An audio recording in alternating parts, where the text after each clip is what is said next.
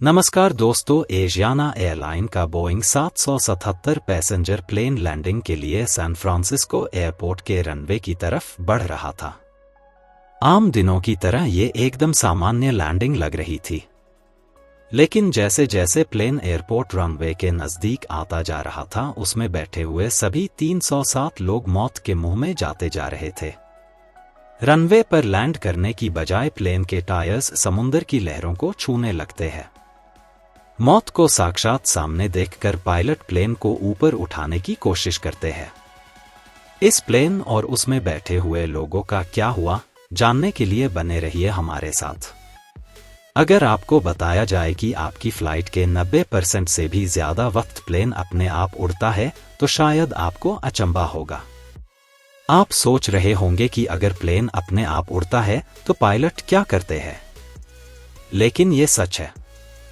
उम्मीद है कि आप में से काफी लोगों ने ऑटो पायलट मोड के बारे में सुना ही होगा। किसी भी आधुनिक प्लेन को आमतौर पर दो तरह से उड़ाया जाता है। पहला है मैनुअल मोड, जिसके दौरान पायलट्स प्लेन की स्पीड और डायरेक्शन को मैन्युअली कंट्रोल करते हुए प्लेन उड़ाते हैं। दूसरा है ऑटो मोड या auto pilot mode. Auto pilot mode के दौरान प्लेन में लगा हुआ सेंट्रलाइज्ड कंप्यूटर सिस्टम प्लेन में लगे हुए अलग अलग तरह के सेंसर्स की मदद से प्लेन की हाइट, डायरेक्शन और स्पीड इत्यादि सभी महत्वपूर्ण सिस्टम्स को कंट्रोल करके प्लेन को अपने आप उड़ाता है। आज के आधुनिक जेट प्लेन्स में ऑटो पायलट मोड बहुत ही महत्वपूर्ण होता है।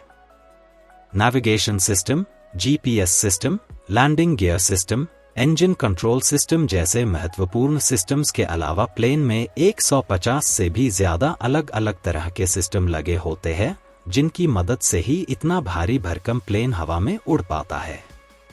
इतने सारे सिस्टम्स को कंट्रोल करके प्लेन को उड़ाना बहुत ही जोखिम भरा और थका देने वाला काम है, और ऐसी हालात में थकावट और प्रेशर के कारण कोई भी गलती हो जाना बहुत ही आसान बात है। लेकिन हवा में 30,000 फीट की ऊंचाई पर ऐसी किसी भी गलती के लिए कोई गुंजाइश नहीं होती, और इसीलिए अपनी फ्लाइट के दौरान ज्यादातर वक्त प्लेन में लगा हुआ ऑटो पायलट मोड ही बिना कोई गलती किए प्लेन को सकुशल उड़ाता है। और जैसा कि हम सभी जानते हैं, प्लेन की उड़ान के दौरान हवा की स्पीड और डायरेक्शन के साथ साथ मौसम में होने वाले बदलाव का बहुत ही ज्यादा असर होता है। इसलिए ऐसे किसी भी हालात में पायलट किसी भी ऑटो पायलट मोड को डिसएंगेज करके प्लेन का कंट्रोल अपने हाथ में ले लेते हैं। एशियाना फ्लाइट 214। इसे और आसानी से समझने के लिए, जैसे क्रूजी कंट्रोल कार की स्पीड को मेंटेन करने के लिए इंजन की पावर और ब्रेक को एडजस्ट करता रहता है, लेकिन जैसे ही ड्राइवर कार के ब्रेक या एक्सेलरेटर को दबाता है, cruise control auto mode disengage हो जाता है और कार का पूरा कंट्रोल दोबारा से ड्राइवर के हाथ में आ जाता है। ठीक उसी तरह प्लेन के ऑटो पायलट मोड में भी पायलट कभी भी प्लेन का कंट्रोल अपने हाथ में ले सकते हैं और प्लेन की हाइट या स्पीड को मैन्युअली कंट्रोल कर सकते हैं। ऑटो मोड के बारे में ये जानकारी आज के एक्सीडेंट में एक इम्पॉर्टेंट रोल निभाने वाली है। वापस आते हैं अपनी आज की केस स्टडी पर। 6 जुलाई 2013 शाम के लगभग 4 बजे साउथ कोरिया सीवल का इंचियन international airport. Ashiana Airlines flight 214 अपनी रेगुलर उड़ान के लिए सेउल से सैन फ्रांसिस्को जाने की तैयारी कर रही था। साउथ कोरिया से यून्स के वेस्ट कोस्ट तक के लिए ये एक लंबी दूरी की ओवरनाइट उड़ान है, जो लगभग 11 घंटे में पूरी होती है। HL7742 नाम से रजिस्टर ये बोइंग 777 का ये आधुनिक प्लेन 2006 में एशियाना एयरलाइन को दिया गया था, और तब से अब तक 7 सालों में इस प्लेन ने कुल मिलाकर 37,000 घंटों की उड़ान पूरी की थी। अपने सेफ्टी रिकॉर्ड, दमदार इंजन और 300 से ज्यादा पैसेंजर्स की कैपेसिटी के कारण 21वीं सदी में बोइंग 777 इस तरह की लंबी दूरी की उड़ानों के लिए एयरलाइंस की पहली पसंद बन चुका है। ऐसी लंबी उड़ान के लिए ये प्लेन एक बार में 13,000 किलोमीटर तक का सफर बिना रुके पूरा कर सकता है। 291 पैसेंजर्स और 13 क्रू मेंबर्स के साथ उस दिन प्लेन में कुल मिलाकर 307 लोग सवार होते हैं। अपने स्केड्यूल डिपार्चर टाइम से लगभग आधा घंटे लेट शाम के 5:04 पर प्लेन सेउल एयरपोर्ट से टेक ऑफ करता है। प्लेन में उस दिन 3 कैप्टन और 1 फर्स्ट ऑफिसर सवार थे। बोइंग 777 फ्लाइट के मेन कैप्टन की पोजीशन पर उस दिन 45 वर्षीय कप्तान ली कांग कुक प्लेन की फ्रंट लेफ्ट सीट पर सवार थे। कप्तान ली कांग के पास 9,793 घंटों का फ्लाइंग एक्सपीरियंस था, लेकिन इस तरह के बोइंग 777 प्लेन को उड़ाने का उनका एक्सपीरियंस महज 43 घंटों का था। इसलिए उनकी साथ वाली सीट पर 49 वर्षीय कप्तान कैप्टन ली जियोंगमिन एक इंस्ट्रक्टर के तौर पर कप्तान ली कांग पर नजर रखने और उन्हें ट्रेनिंग देने के लिए बैठे हुए थे। 12,387 घंटों के टोटल फ्लाइंग एक्सपीरियंस और 3,220 घंटों के बोइंग 777 एक्सपीरियंस के साथ कैप्टन ली जियोंग एक एक्सपीरियंस्ड कप्तान और कुशल फ्लाइट इंस्ट्रक्टर थे। सेउल से सैन फ्रांसिस्को तक की ये उड़ान लगभग 11 घंटे की थी, इसलिए इस तरह की लंबी उड़ानों में 2 और एक्स्ट्रा सहायक पायलट्स को नियुक्त किया जाता है ताकि बीच बीच में सभी पायलट आराम कर सके। इसलिए कॉकपिट की पिछली सीट पर 40 वर्षीय first officer Bong Dong one और 52 वर्षीय रिलीफ कैप्टन ली जोंग जो एक्स्ट्रा पायलट के तौर पर सवार थे। शाम को उड़ान के कुछ घंटों बाद आराम करने के लिए मेन पायलट्स फ्लाइट का कंट्रोल एक्स्ट्रा पायलट्स के हाथ में दे देते हैं। बिना किसी परेशानी के प्लेन पूरी रात अपनी उड़ान भरते हुए अब यून्स वेस्ट के आसमान में पहुंच जाता है। अपने लैंडिंग टाइम से लगभग 2 घंटे पहले सुबह के लगभग 9 बजे एक्स्ट्रा पायलट्स दोबारा से प्लेन का कंट्रोल ली कांग कुक और इंस्ट्रक्टर कैप्टन ली जियोंग के हाथ में दे देते हैं और धीरे धीरे Asiana Airlines flight San Francisco international airport की तरफ बढ़ती है। कुछ जरूरी मेंटेनेंस कारणों की वजह से सैन फ्रांसिस्को इंटरनेशनल एयरपोर्ट के रनवे 28 लीटर्स पर ILS लैंडिंग सिस्टम बंद था और इसलिए ATC ने एशियाना फ्लाइट्स के पायलट्स को विजुअल लैंडिंग की परमिशन दी थी। ILS लैंडिंग में जहां प्लेन का ऑटो पायलट सिस्टम रनवे पर लगे हुए रेडियो बीम सिग्नल्स को फॉलो करते हुए प्लेन की हाइट और स्पीड को ऑटोमेटिक तरीके से कंट्रोल करता है और धीरे धीरे प्लेन को सही ग्लाइड स्लोप में लाकर रनवे पर लैंड करता है। Auto pilot mode. वही उसके दूसरी तरफ विजुअल लैंडिंग के दौरान पायलट्स प्लेन की स्पीड, हाइट और डायरेक्शन को मैन्युअली कंट्रोल करते हुए प्लेन को रनवे के ग्लाइड स्लोप में लाते हैं और लैंड करते हैं। इसलिए विजुअल लैंडिंग के दौरान पायलट्स को बहुत ही सावधानी से प्लेन को रनवे ग्लाइड स्लोप के अंदर रखना होता है ताकि प्लेन रनवे पर सही जगह लैंड कर सके। अगर किसी कारण से प्लेन ग्लाइड स्लोप से ऊपर चला जाए तो वो रनवे पर काफी आगे जाकर लैंड करेगा। वही अगर प्लेन ग्लाइड स्लोप से नीचे आ गया तो वो रनवे शुरू होने से पहले ही लैंड होकर क्रैश हो जाएगा।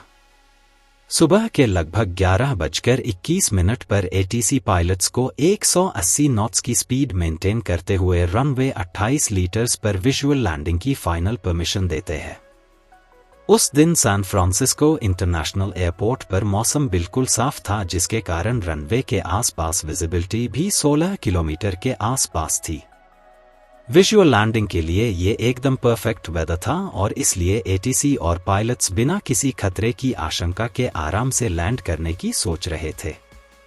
लेकिन जैसा कि हमने वीडियो की शुरुआत में भी बताया था कि कप्तान ली कांग कुक का बोइंग 777 प्लेन को उड़ाने का एक्सपीरियंस कम था, इसलिए वो विजुअल अप्रोच से लैंड करने में थोड़ा सा नर्वस फील कर रहे थे।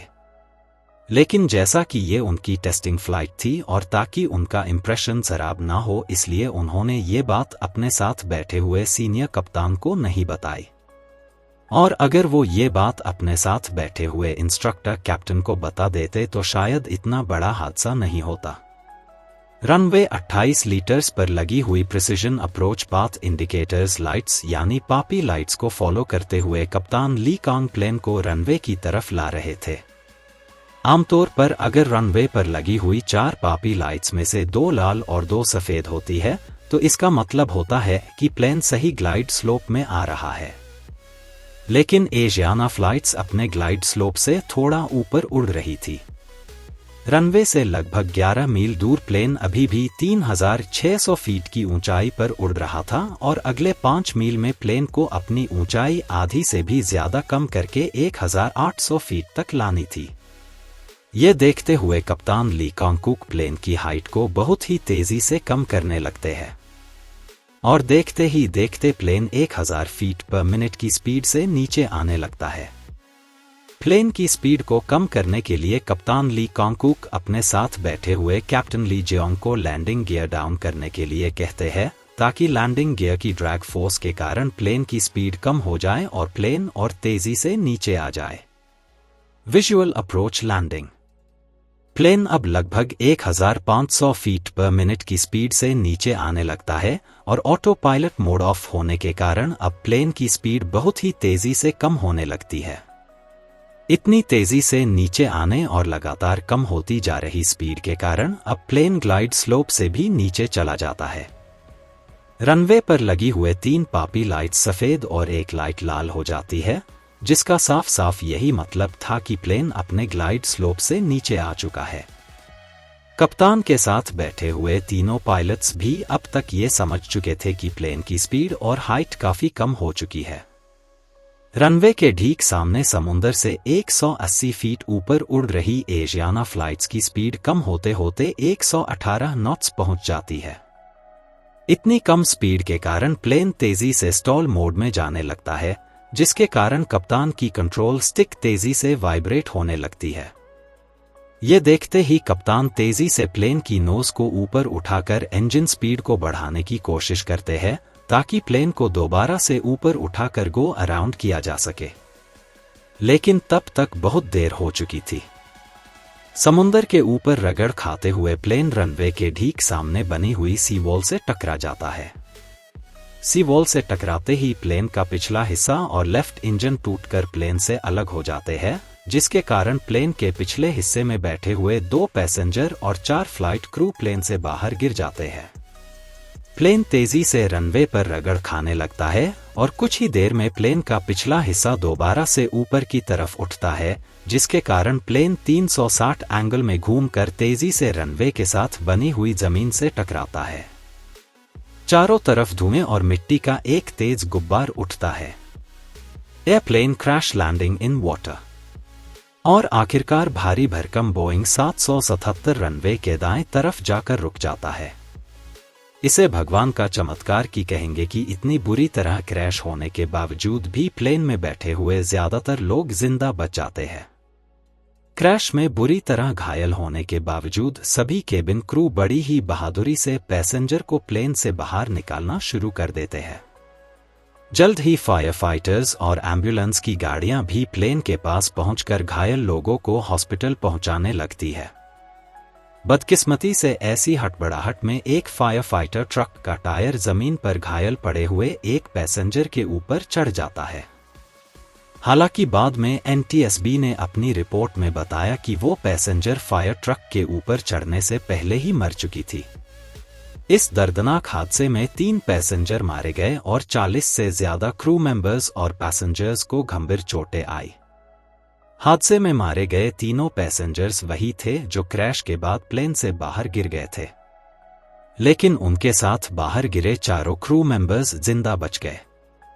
रेस्क्यू मिशन के पूरा होते ही फ्लाइट डेटा रिकॉर्डर और कॉकपिट वॉइस रिकॉर्डर को बरामद करके तुरंत ही हादसे की जांच शुरू कर दी गई। और वैसे भी इतने सारे आई विटनेस और जिंदा बचे हुए क्रू मेंबर्स और पैसेंजर्स के बयान के बाद इस हादसे के कारणों को समझना और जानना कोई बड़ी बात नहीं थी। रिपोर्ट के अनुसार लैंडिंग के आखिरी वक्त में पायलट सही तरीके से प्लेन की हाइट और स्पीड को कंट्रोल नहीं कर पाए, और इसका एक कारण ये भी था कि इतनी लंबी फ्लाइट में थकान और नींद के कारण लैंडिंग के वक्त प्लेन को मैनुअल कंट्रोल करते हुए पायलट सही तरीके से डिसीजन नहीं ले पाए। Airplane crash. इस हादसे के लिए पायलट को इसलिए भी जिम्मेदार माना गया कि रनवे के इतनी पास पहुंचकर भी जब प्लेन सही ग्लाइड स्लोप में नहीं उड़ रहा था तो उन्हें लैंडिंग कैंसिल करके प्लेन को गो अराउंड करवाना चाहिए था। अगर कॉकपिट में सभी पायलट्स वक्त रहते सही तरीके से कम्युनिकेट करके हालात के अनुसार डिसीजन लेते तो इस हादसे को टाला जा सकता था और शायद 3 पैसेंजर्स को अपनी जान नहीं गंवानी पड़ती। उन 3 पैसेंजर को याद करते हुए हम अपने व्यूअर्स और चैनल की तरफ से उनकी आत्मा की शांति के लिए प्रार्थना करते हैं। दोस्तों अगर ये नॉलेज अच्छा लगा हो तो वीडियो को लाइक करके चैनल को सब्सक्राइब जरूर करिएगा। फिर मिलेंगे नेक्स्ट वीडियो में। जी धन्यवाद।